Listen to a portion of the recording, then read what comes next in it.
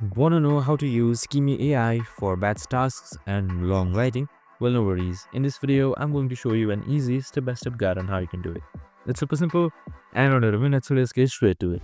Now, first things first, you can just simply open up Kimi AI on your web browser. So once you open it up, you should be seeing this interface right here, and make sure you are logged in as well. So once you have logged in, make sure you watch our video as well. We have also created a video on how to log in.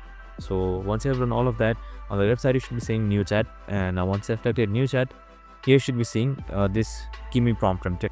So once you have seen this Kimi prompt, you can just simply change your model into thinking into agent form. So you can just simply switch it up, and once you have switched it up, here you can just simply type in anything that you like. So you can just simply prompt it for a long writing, for batch tasks, and for a lot of tasks to do in a single time.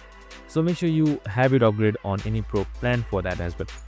And that's it. I hope this video helped. If it did, make sure to like, subscribe, and tune in with us for more of these videos. See you in the next one.